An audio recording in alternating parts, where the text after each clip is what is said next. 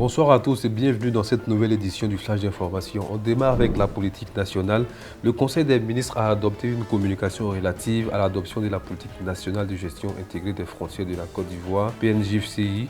Ce programme vise à renforcer la sécurité des frontières terrestres, maritimes et aériennes du pays. La PNJFCI, prévue sur une période de 10 ans, aura un coût global de 85 milliards de francs CFA pour les 5 premières années, avec des actions prioritaires et urgentes prévues pour la période 2023-2027. Dans le chapitre environnement, suite au Conseil des ministres, le gouvernement a annoncé la construction d'une usine de traitement de 150 000 m3 par jour pour renforcer l'approvisionnement en eau potable dans le district d'Abidjan.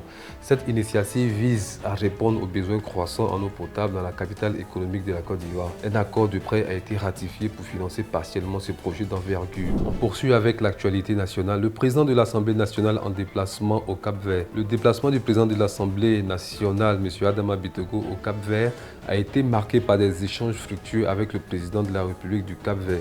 Les discussions ont porté sur divers sujets, notamment les enjeux climatiques, la sécurité des frontières et la coopération régionale au sein de la CEDEAO. L'accent a été mis sur la nécessité d'une action collective pour faire face aux défis communs de la région. Dans la page politique, le parti RHDP, le Rassemblement des Oufouettistes pour la démocratie et la paix, a tenu une réunion importante ce jeudi 13 juin au siège du parti à la rue Lépic. Les coordinateurs principaux et associés se sont réunis pour discuter des stratégies politiques des prochaines actions du parti. Cette réunion révèle une grande importance dans le cadre de la coordination des activités politiques du RHDP. En économie, le célèbre homme d'affaires ivoirien Kone de Songui a lancé un vibrant appel aux investisseurs ivoiriens et africains pour qu'ils portent leur attention sur le secteur industriel de la Côte d'Ivoire. Son appel vise à stimuler les investissements dans ce secteur clé de l'économie ivoirienne, créant ainsi des opportunités de croissance et d'emploi.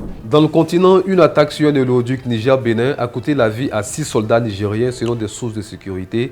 Des assaillants non identifiés ont mené cette attaque tragique, mettant en lumière les défis sécuritaires auxquels sont confrontés certains pays de la région. Nous poursuivons avec cet incident de tir au siège de la radio-diffusion télévision du Burkina, RTB, qui a eu lieu hier après-midi. Cet incident a provoqué quelques blessés et des dégâts matériels importants. Dans la suite de l'actualité sur le continent, arrestation de Britanniques avec de la cocaïne au Ghana. 2 Britanniques ont été arrêtés à l'aéroport du Ghana avec 166 kg de cocaïne d'une valeur de 6,48 millions de dollars.